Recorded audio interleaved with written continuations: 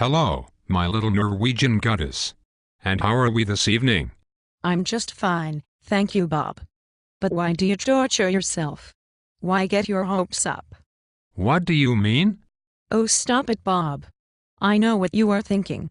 You lower your voice an octave, leer at me like Hugh Hefner on a photo shoot, and then puff up your chest like a love-starved baboon in heat. And stop wearing Siwan's Me cologne. That scent of wild boar urine you splash on does nothing to stimulate my pheromones. Well, I can't resist.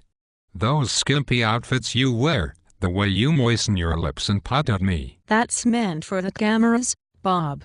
It's for the viewing audience. It's meant to boost ratings.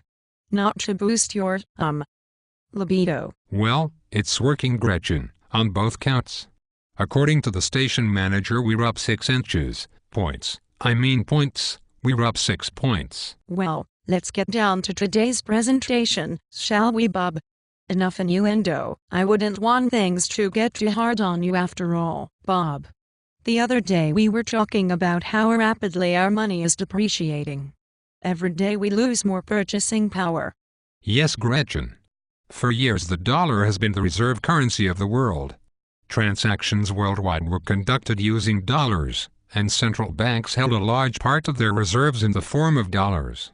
Now they are beginning to divest their holdings out of the dollar, and they are no longer buying our treasury notes. This could lead to a quick rise in interest rates and contribute to an economic meltdown, and that would have dire consequences for the entire world. But aren't all the fiat global currencies depreciating? By fiat, Gretchen, I assume you mean a currency whose value is declared by government mandate, because it is unbacked by precious metals. Yes, Bob, that's correct. From what I've been reading on sites like ZeroHedge.com and DollarDays.org, there's a worldwide race to the bottom. Several countries try to peg their own money to our currency, and to do that they have to print phony money as fast as we are. It's nothing but a gigantic game of monopoly, and the bankers are insane. This is causing a high rate of inflation in their countries. Wow, Gretchen, you've got brains too. And all this time I thought you were just a hot little package who liked to wear camel-toe revealing body-hugging clothing that barely concealed your succulent body parts, aching to encounter a real man's touch. Bob. We were talking about inflation. Yes, we were. And golly gee, honey, am I feeling its effects right now. Bob, let's get back on topic. Inflation is affecting countries around the world, causing basic necessities to rise in cost and making them unaffordable for a lot of families. It's getting difficult for them just to put food on the table. Do you think that's why the Chinese government started encouraging their citizens to buy silver and gold, so they could survive the approaching hyperinflation? Yes, Bob, those who planned wisely and bought a sufficient amount of precious metals will be able to afford any exotic cuisine they desire. It will be the Americans who are subsisting on rice and fish heads. That brings me back to my starting point, Bob. I was wondering, I can't really afford to buy an ounce of silver every week, and if I wait $2 cost average into silver at the rate of only 1 ounce per month, I feel like I'll miss boarding the silver train. Yes, sirree, Gretchen, you've got that right. The silver train is gathering momentum, and it's ready to depart the station.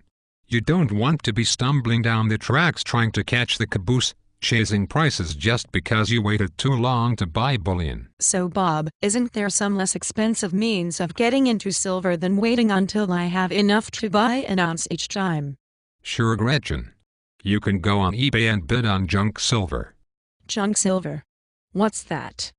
Well, Gretchen, not everyone is aware that before 1965, the United States Mint produced coinage that was comprised of 90% silver and 10% copper.